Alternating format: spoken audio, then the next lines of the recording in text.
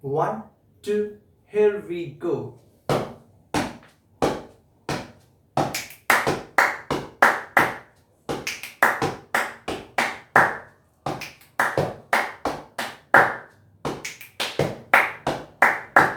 One. Hello everyone, welcome back to your online body percussion class. As you have seen the rhythm, let's break it down.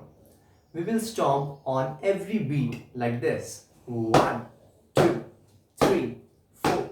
1, 2, 3, 4. 1, 2, 3, 4. 1. Now let's add the clap on a of first beat and of second and third beat and on fourth beat like this. 1, a 2 and 3 and 4. 1, a 2 and 3 and 4. 1, a 2 and 3 and 4. Very good. Now let's add the snap on E and on the first beat like this. 1 E and 1 E and 1 E and. Let's play the complete rhythm together. 1, 2, here we go. 1 E and up 2 and 3 and 4. 1 E and up 2 and 3 and 4. 1 E and up 2 and 3 and 4.